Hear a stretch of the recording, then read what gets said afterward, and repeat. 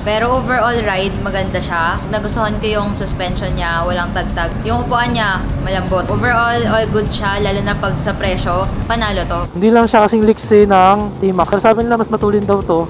Okay! Yung magandaan ng ano, pag maganda yung suspension mo.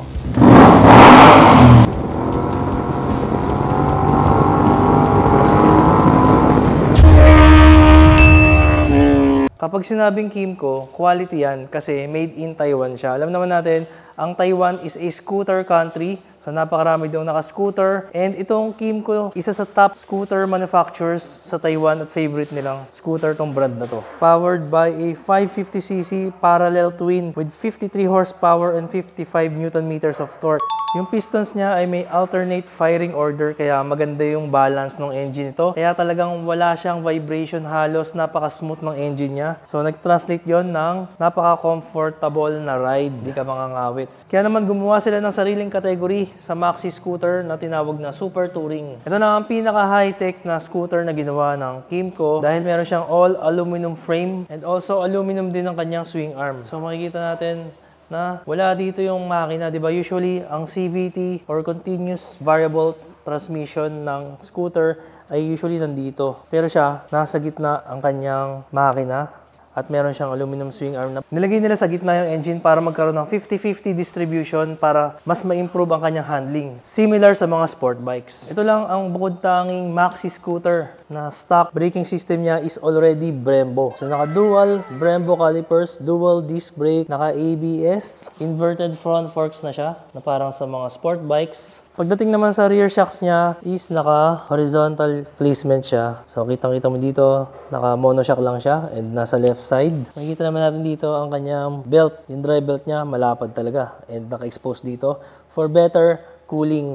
Front tires niya ay may 120 by 70 by 15-inch wheels. While sa likod naman ay meron siyang 160 by 60 by 15-inch wheels. It comes with a keyless ignition remote. So ganito kalaki, napakalaki ng kanyang remote and may pagka-rubberize. Ang ganda talaga ng quality. No? So may pindutan dito. And ito yung kanyang ignition switch. So pag meron siyang proximity sensor. So pag malapit ka sa motor, pwede mo nang i-activate ang kanyang ignition switch. So makita natin pag di pa siya naka-activate, ayan oh, wala siyang lakas. Pwede mo siyang paikot-ikotin. Parang electric fan. Pero once na inactivate mo na siya, hawak mo na ang remote, press mo lang tong power. Pag nag-blue, pwede mo na siyang i-on.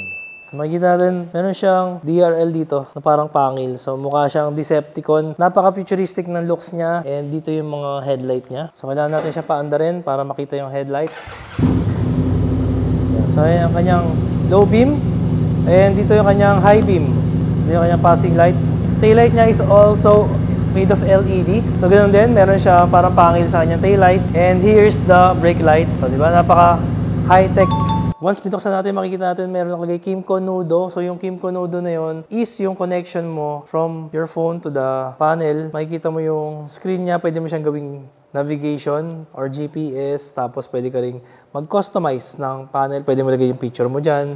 So marami kang pwedeng gawin. Yun yung Nudo technology ng Kymco. So right now, basic lang tayo, speedometer na parang sa kotse. Meron tayong needle dito sa palibot, tapos sa gitna, same lang din siya dito, na speedometer din siya, meron din siyang clock, and ang ganda ng odo niya. So parang sa kotse din, yung parang calculator style na odo, pero meron pa rin tayong odo rito, kasi kaya naman doble yan, pwede mong baguhin tong gitna. So ngayon, buksan natin yung engine niya.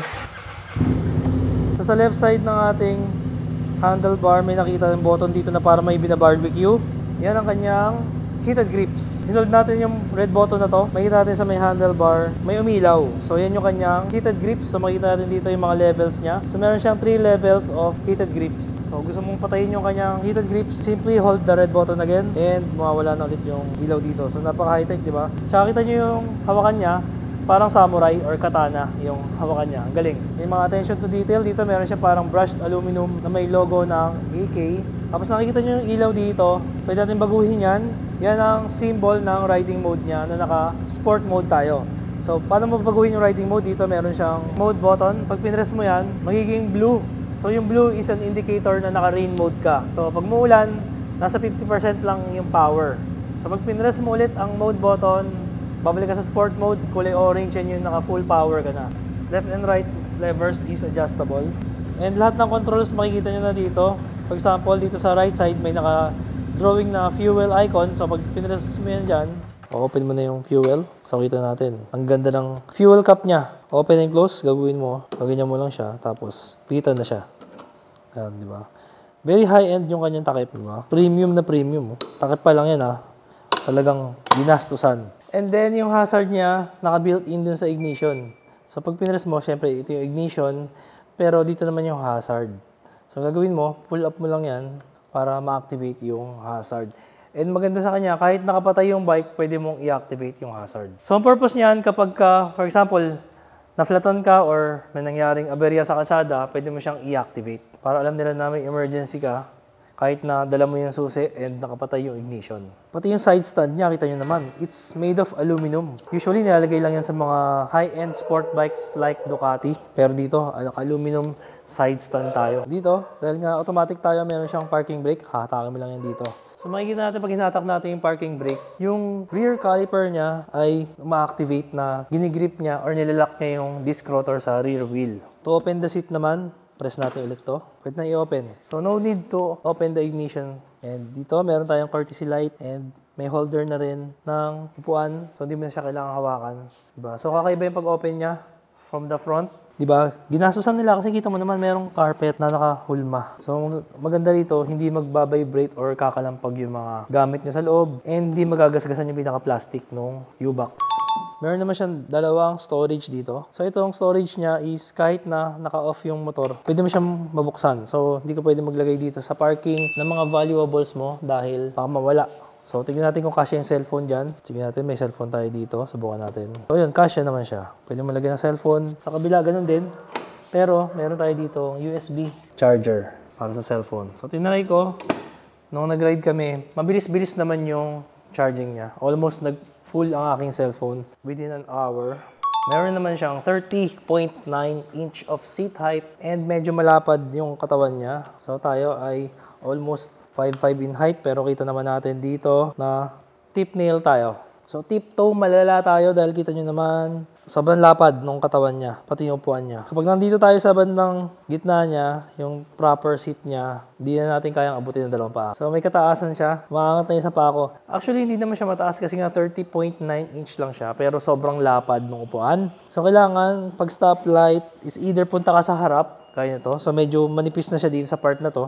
So, ayan, kaya natin tupiin yung daliri natin pag nakaupo tayo sa harapan. So, dalawang paraan na pwede mong gawin para mas madali mo siya maabot. It's either upo ka sa pinakaharapan or pwedeng 1 foot lang na ganyan. Kailangan lang sanayan sa mga ganitong kalalapad na motor. So, meron tayong sandalan dito. Sobrang laki ng space. Ginawa talaga to para ma-relax ka at para sa mga malalaking tao. Kita nyo naman, pag inabot natin yung footrest at nasa sandalan tayo, kita mo, yan o, sagad na sagad lang. Pag nirecho kayo pa ako, nakalutang. So parang naka-Harley. Cruiser style. So try naman natin sa passenger, kung tayo ay passenger, kung gaano ka ganda yung space niya. So right away, ganda ng space, ang luwag. Ayan, layo pa nga ng sandalan actually. Ano. Ito, backrest na to is an accessory, original Kymco accessory. So, pag sumandal tayo, malayo pa. So, kung malaki likod mo at malaki-laki kang tao, sasakto ka dito. So, ganyan, napakaluwag. Pag nakupo ka sa dulo, kitang-kita mo, sobrang laki niya. Parang makakasay sa jet ski. And makita natin yung quality ng seat niya. Para siyang may carbon fiber dito sa taas, sa gitna, tsaka sa gilid. Tapos may naka-embroidery na AK. Tapos dito, leather. So, napakaganda ng texture, napakaganda ng quality. Sobrang premium talaga. Yung wet weight niya is 226 kilo. So, medyo nasa heavier side siya. So, mas mabigat siya compared sa mga Yamaha T-Max and XADV 750. So, try natin siya yung center stand. Kung gaano kahirap or kung madali lang ba. Try natin. Aba, madali lang naman pala. And then, sound check natin kasi itong bike na to ay naka MIVV full system made in Italy. Kita mo naman, naka-carbon tip tapos ang ganda ng butas niya. Laki. Yung outlet niya. Subukan natin kung ano yung tunog ng isang AK550 na merong full system MIVV exhaust. So meron na siyang ABS and traction control.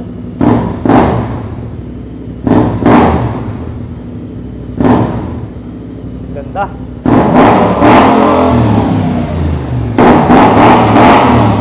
Galit na galit.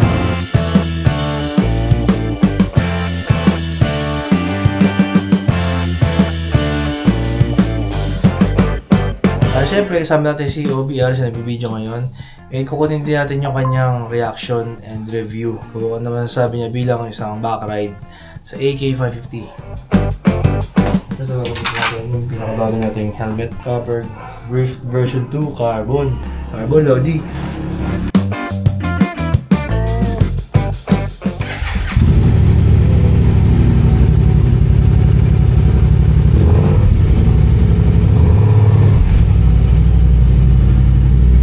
So mga katingin, ngayon on the way pala tayo sa Antipolo at magbe-breakfast tayo doon. Para may iba naman kasi medyo mainit ngayon sa Marilake. Sigurado marami mga checkpoint. Pag bumangking ka, huli ka. Kung naalala nyo yung nangyari kay Superman. Kaya ngayon, first ride natin with the 2022 Kymco AK550. Ito rin yung itsura ng Kymco ngayon na latest. Pero ito yung AK na standard. So difference lang sa premium is yung meron siyang cruise control tsaka ano na rin yata, power retractable windscreen na rin yata yun. Pero who needs a power retractable windscreen kung gagamit ka na ganito kapogi na sport windscreen? So nakawig namang nilalagay sa mga NMAX, sa mga T-Max, sa mga X-Max, di ba? Short windscreen, mas pogi, tsaka mas malamig. Nakakaduling kasi yung mataas ang windscreen, tapos parang may grado. Hindi naman kasi siya sobrang linaw. So ngayon, sarap sarap bumangking Ganda ng handling, very planted. So far nag-enjoy kami, walang sasakit sa katawan mo dito, walang sasakit sa puwet. Mamaya interview natin si OBR kung anong masasabi niya bilang isang back ride after riding for mga ilang kilometers ba, mga 30 to 50 kilometers. Pero syempre kung scooter automatic, hindi siya kasing tipid na mga decambio na 2 cylinder. Syempre mas malakas ng konti pero okay lang, importante nandun yung comfort di ba?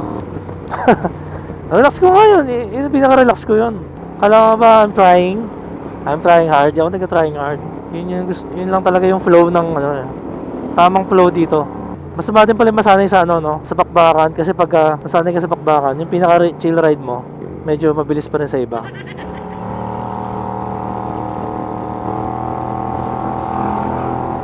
Lamig, sarap. Na-miss ko yung ganitong ganitong ambience. Tapos kung minsan, pag dumulas yung gulong, sisisihin natin lagi yung gulong. So hindi po ganoon. Minsan kaya dumudulas ang gulong, mali ang ating riding technique, masyado tayong aggressive sa throttle. So kailangan always smooth sa throttle, smooth sa brakes para makaganda ang traction. Pag mga ganitong motor kasi may beating ka sa mga malalapit dito, kailangan sobrang layo ng mo dito, biyahe mo. Sobrang relaxing.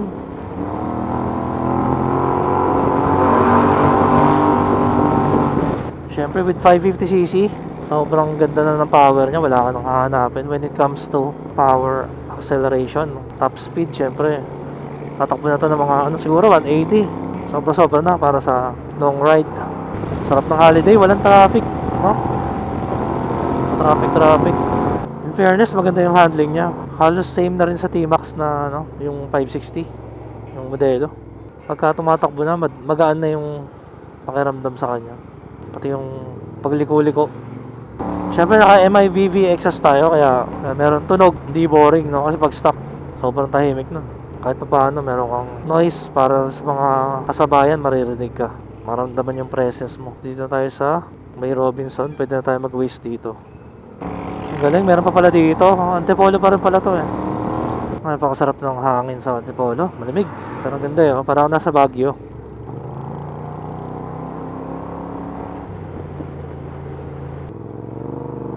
Of course.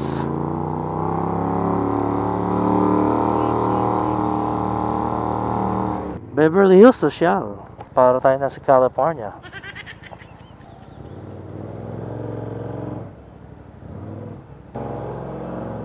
Okay. Ito yung halaman. Ganda ng puno. Ganda ng bahay Bakay! Pagandaan ng pag maganda yung suspension mo. Okay lang malubak or mahumps na gano'n. Di ka tatalsik Ganda talaga ng plane suspension niya. Kailangan pala dito sa Barrow Cafe is naka-reserve ka. Ayan, kalabaw pa more. Ayan, parang kalabaw. So ayun, pag mga ganito pong terrain, meron mga downhill, uphill, medyo mata-challenge kayo dito sa ganitong motor. So hindi po siya sa mga medyo mahina ang tuhod. Kailangan either may kasama ka, may tutulong sa'yo, or talagang meron kang strength. Hirap sa Pilipinas, Kakain ka lang ng breakfast, kailangan may pa, reservation pa. Bagay, holiday kasi ngayon. Happy Chinese New Year sa mga Chinese at sa mga mukhang Chinese na kagaya ko. Magkarandere na nga lang tayo. Joke lang. Ano, sayang naman yung binyahin natin. Dito na tayo eh. Diba? Kaya huwag na magtampo. Tuloy na. Tampuin to eh. Ganda ng kalsada. Pakadaling gamitin lang eh. Pwede ka magpaikot-ikot. Uy. Joke lang. Ha? Ano? Sa loob. Mamaharangan naman tayo dyan. Mamaharangan kasi tayo. Kaya nga. Bala na mamaya. Bala na si Batman. Dapat pala pa-atras ginawa ko. Oo nga, no? Ay ba, maluwag oh. Maluwag, kasya. Naka-side view pa. Pag nalagay natin to. Kasya. Nice. Maganda sa AK550, kasya ang full face helmet. So ano naman sabi mo? Siyempre, naka-backride ka na before sa T-Max 530, T-Max 560, pati sa XADV 750. So, compare yung doon sa tatlong yon, ano man sabi mo dito sa AK550? Unang upo ko, napansin ko yung lapad ng upuan niya. Medyo mas malapad siya compared sa XADV tsaka sa T-Max. Pero overall ride, maganda siya. Nagustuhan ko yung suspension niya, walang tagtag, hindi matagtag, hindi rin ma-vibrate. Yung upuan niya, malambot. So overall, all good siya, lalo na pag sa presyo. Kasi kung gugustuhin mo yung T-Max, tas wala kang masyadong budget, ito, panalo to. Maganda yung ride. Malaki hindi pa rin sa presyo, no? Yung matitipid mo, makakabili ka pa ng isang NMAX or ADV 160 siguro. So, okay, maganda yung ride. Sulit siya for the price. Pati hatak, maganda rin. Halos kasi lakas din naman ng T-Max. So, 10cc lang naman diferensya nila. Very good. Yun nga lang yung nag-flicker yung kanyang panel. Yun lang napansin ko sa kanya. Kaya, pag nasa camera lang naman siya nag-flicker, pag naka 60 frames per second, di niya kinakaya. So, yun lang naman. So, aside from that, in person naman, walang flicker yung panel niya, yung gauge niya. So, let's go. Pero, yun, sarap gamitin. Comfort and premium feels. Kumusta pala itong backrest? Nagamit mo ba? Nakasandal ka? Yung backrest? Parang hindi ko nasandalan. Hindi ka mabot? Medyo lumapit kasi ako dito eh. Pero lapad eh, no? Malaki siya. Okay na. Lapad eh, no? Hindi ka mabot sa sandalan. Nakalimutan ko sabihin. Gusto ko yung tunog nito. Hindi masakit sa tenga. Hindi yung nakakainis. Huwag daw bumangking. Sabi ni OBR, hindi tayo makakaliko pag hindi tayo bumangking. Kasama talaga sa yan, pagmumotor. Tsaka para matesting natin yung ganda ng handling ni AK550. Mag 60 lang tayo. Ikaw may sabi. Kala ko may may bagong rules na rito eh. Huwag ka tumingin sa harapan, tingin ka lang sa gilid. Enjoy the view. Napakaganda ng handling. Sarap na ito, pang long ride. Pang endgame na to. Endgame, pagsaba ka na sa mga adventure bike. At gusto mo na ng relax. Sama ka na sa sobrang tulin, mga 1000cc. Gusto mo na lang mag-relax. May konting bakbakan pa rin naman, pero wala ka nang iniintindi kundi gas and go. Boy. Sana ko ba minto yung effect sa gitna eh. Relax lang kasi. So, ganyan ang senaryo kapag angkas niyo yung mga misis nyo. Merong limiter, merong alarm, merong sermon pag pag may konti kang kakaibang ginawa. Kailangan close to perfect driving ka.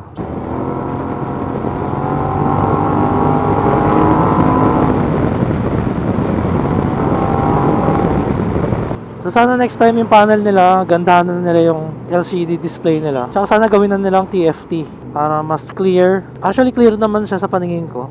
Sa camera lang. Siyempre, pag ginagamit ng mga motovloggers, doon na po-promote yung motor. 'Di ba? Paano ka makaka-promote ng motor kung yung panel mo sa camera nagfi-flicker? Ayun lang. Ewan ko lang ngayon kung naka 30 frames tayo, kung magfi-flicker pa siya.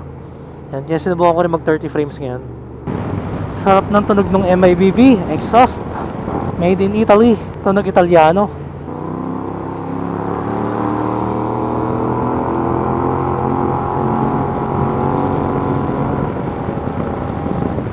Sarap yung traffic.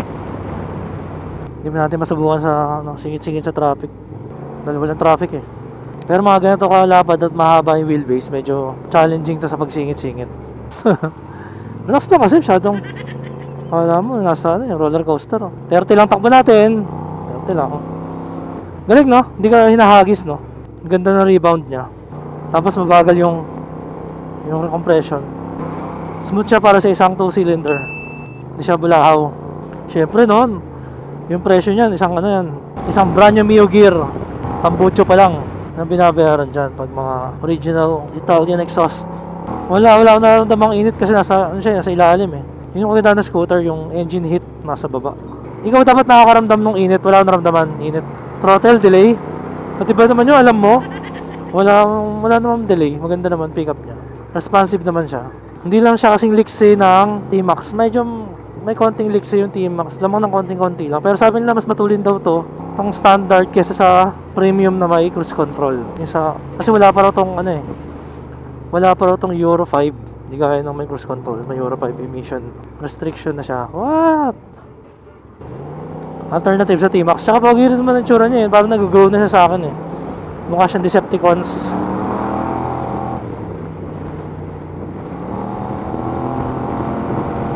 So after ng first ride namin dito sa Kymco AK550, ginamit namin sa Antipolo ride. And right away, nag-enjoy kami ni OBR. Kasi sobrang comfort yung upuan niya, sobrang ganda ng quality. Suspension, napakaganda ng play. Para kang nasa luxury sedan. So walang pagod, wala kami naramdaman na vibration, sobrang smooth. And gas consumption, matipid kasi 1 bar lang nagamit namin, balikan. Pati yung performance niya, comparable sa mga T-Max. Sobrang lakas ng hatak, sobrang smooth ng hatak. Ang ganda ng power delivery, hindi ka mabibigla sa kanya. Pero at the same time, talagang bibigyan ka ng power to overtake. So kung ikaw ay practical and gusto mo mas ma-maximize yung budget mo, maganda yung meron tayong option na mas mura compared sa mga Japanese competitors niya. So ito na nga yung AK550 na tumatapat sa mga maxi scooter ng Japanese manufacturers na both performance and looks kaya niyang tapatan. Pati sa mga materials niya, kaya niyang tapatan. Ang tanging downside lang na